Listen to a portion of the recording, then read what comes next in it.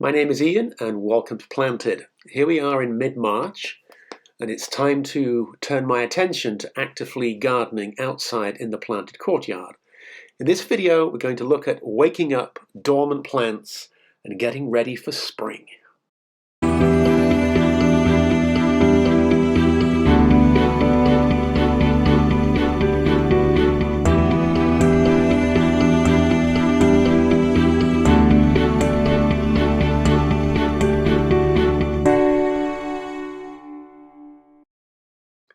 It's very easy to fall into the trap of waiting until conditions are absolutely ideal and then starting to work in your yard.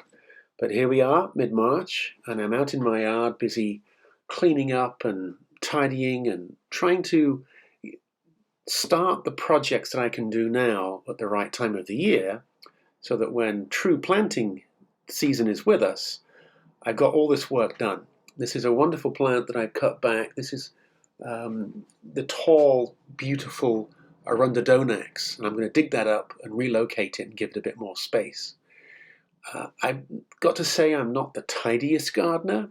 I know what I want to do, and I don't mind things looking a little less than manicured, and I probably should try better at keeping my winter space a little tidier. But anyway, we get through it, and this is a plant I'm going to sacrifice. I don't want that. This is a wonderful Altstromeria that will get dug up, and you'll see that in a moment.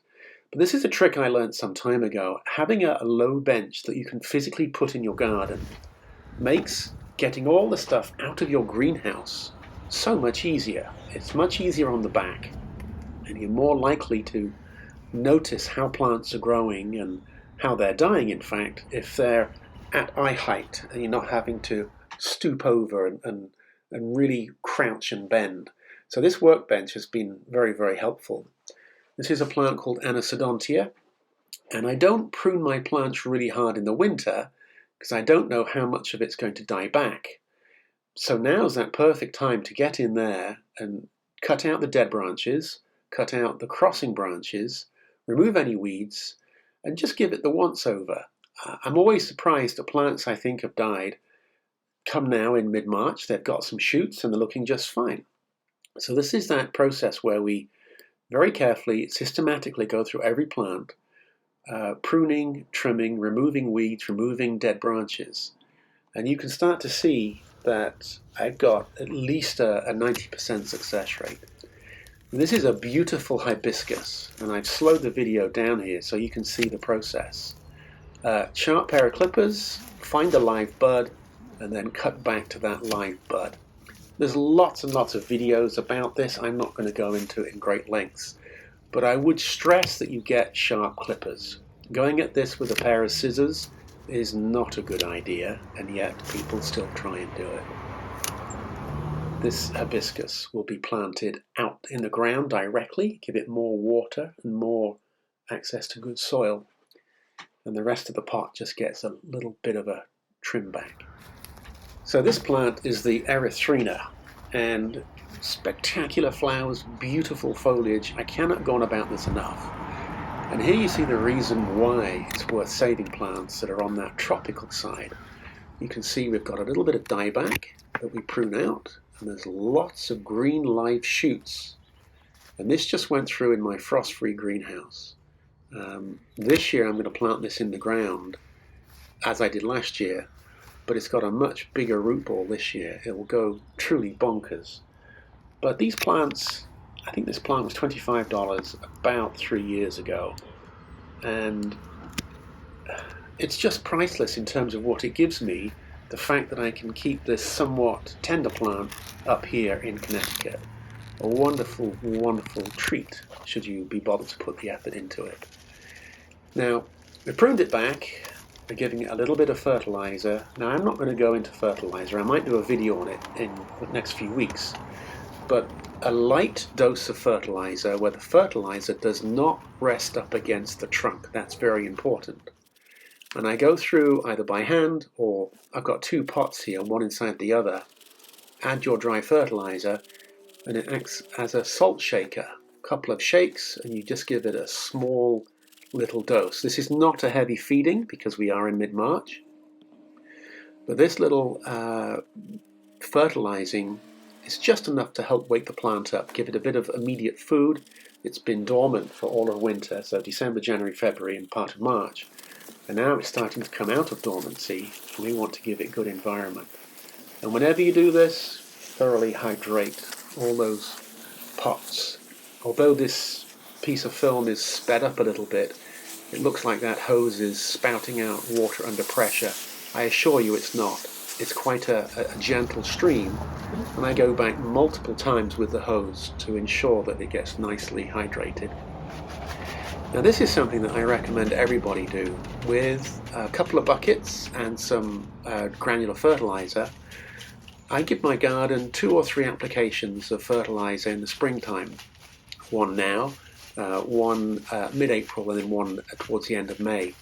And all I use is a stick to flick the fertilizer into the ground. This is a wonderful plant called Altstromeria, and I'm going to relocate it. And this clump, this huge root ball, took me a bit by surprise. I didn't think it would be quite so sizable. And this is what happens when you have the right plant growing in the right place in good soil. The reason for digging it up also allowed me to get in there and remove some encroaching plants that I did not want. And no better way than to have a clear view of the roots that you're saving, and you can systematically go through and remove all those roots that you don't want.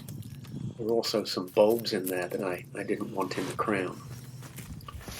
Now, lots of videos on digging. I dig a wide hole. Make it wide. You don't have to go crazy deep. I've deliberately come away from the fence a couple of feet because I wanted to have space, and I even dug the hole too deep. So we put a little bit more backfill in there before we put our plant in its final location. And you can see me just bothering to tease the roots out and get it set nice and level before I backfill. And this backfill needs to be a gentle process. We don't need to be too heavy-footed or heavy-handed. Just gently scooch that nice backfill around the root ball. Mark it with a stake. And it's tempting to get in there with your heel and start smashing around those fragile roots. But I found that in this situation, with a plant like this, just adding water helps wash that soil all over those roots without overly compressing it and without damaging the roots, which is just as important. So this is the Arundinodonax that we cut down earlier, and I want to dig it up, divide it, and put it in a different place. I want to give it a little bit more space. And you can see how far back I am from the root ball.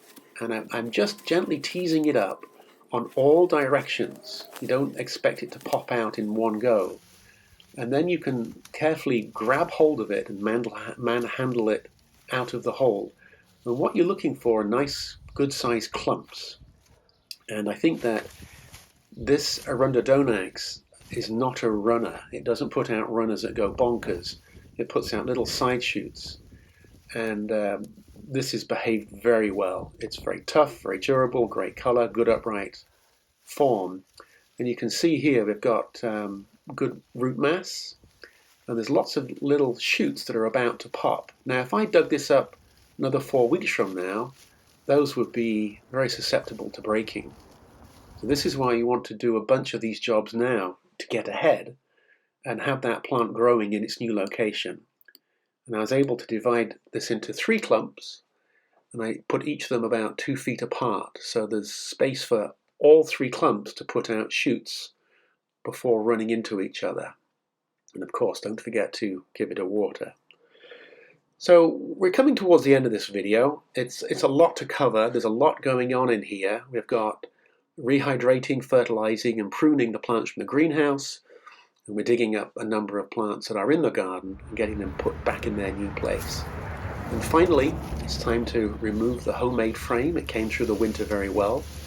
Cannot tell you the fragrance that plant puts out. It's called Edgeworthia. Anyway, enough about that. Thank you for watching. Tell your friends, tell your family, spring is coming. So get out there and do all the mundane jobs so that you're ready for the full planting season.